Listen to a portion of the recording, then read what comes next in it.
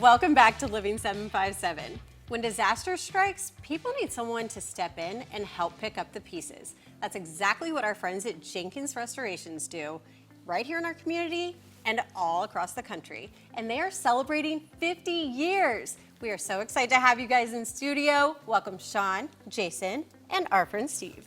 Thank you very much. Happy anniversary. Wow. Let me have you, on this 50, let me have you blow that out there.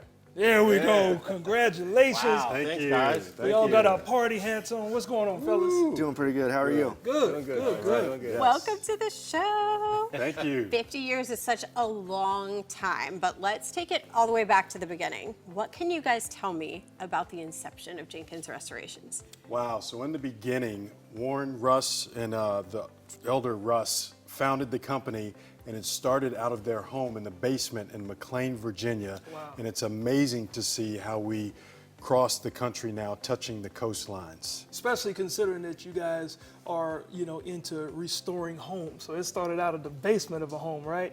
So let's talk about, Steve, let's talk about the focus. Like over all these years, like has the focus changed or what was the original focus? So the focus of what we do hasn't changed, but what we are doing it for has. When we initially started out as church builders and school builders, and that was sort of the community that we got launched on. So our core values and our mission have sort of developed from that. So our mission is restoring property and lives with a servant's heart, which we take seriously. Oh yeah, y'all done a lot of that. Yeah. So that's really what our key focus still is today. Okay. We changed up our core values a little bit. We sort of shortened them and enrolled in, because we had too many to remember. Yeah. And now we have a new model called Cedar, and we'll talk about that in a minute. But, Okay. But yeah, it's still the same focus, serving those people with a servant's heart. Nice. Okay, so you started in McLean, Virginia. Where did you expand from there? Sure. So in the first few years, we had our Northern Virginia office, McLean and then Sterling, opened up Fredericksburg and then Virginia Beach. Once we got that footprint here in Virginia, we did start to consolidate some of those core values. So now we, as Steve was saying, we work off of Cedar, just can-do attitude, excellent execution, do the right thing, actions of a servant, and responsible stewardship. I love it. I And would've felt that. having worked with you guys several times now, you can definitely see those core values in everything that y'all do. Yeah, and I would have felt that test if you would have gave me that test again. I think I did a Ken Quincy qualifier. And I felt that in the past. Now, yeah, you laugh a little bit too hard about that. Now, Jason, I know that you guys, over the 50 years, you've had some very impactful partnerships. So can you elaborate on how that has helped? Yeah, well, I tell you, for me, it's just transformational.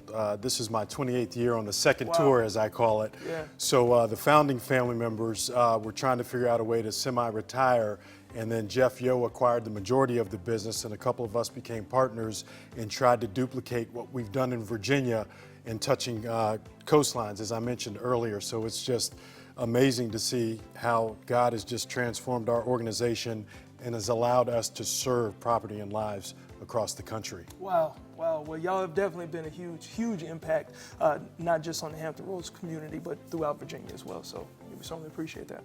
When it comes to what you all do for work and your personal life, like what is your favorite part or what is the most rewarding part of what you do every day? Honestly, it goes back to our core values. It's serving the people, and there's such just a warm feeling you get when you turn the keys back over to a homeowner who's gone, and you've seen it in the fire you've done. They've gone through a tremendous disaster. Their whole lives have been uprooted, and you can say everything's back to normal. Here's your new home, and just the tears come. It's just such a great feeling. Wow. I think I actually cried on one of those shoots too. Yeah. It's hard not to. We remember when we watched the package itself. Now, really quick, can you tell us about the ESOP? Like, what does that mean and how does it affect? Yeah, so ESOP is a program called Employee Stock Ownership Program, and it was set up to give vested interest in the employees in the ownership of the company so that they had a piece of the big pie, right?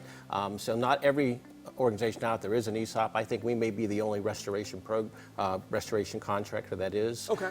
But each of us is an individual owner of the business. We earn stock in the company, and therefore we try to do our best because we want our company to succeed. Do you need another employee? Awesome. Well, that's what makes you guys very special in addition to the 50 years that you guys are celebrating as well. And because, look, all of us are together, and we want to do this TikTok thing that we've tried, so I hope that you guys will be along, okay? So, hold up, I think it was you and me and you and us and our friend Steve. Do-do-do-do-do-do, Steve. Do-do-do-do-do-do, Steve.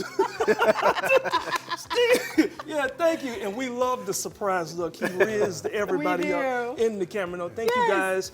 We put you guys' information up there on the screen, and we certainly appreciate it. And congratulations. And we got to get some of this cake, but first.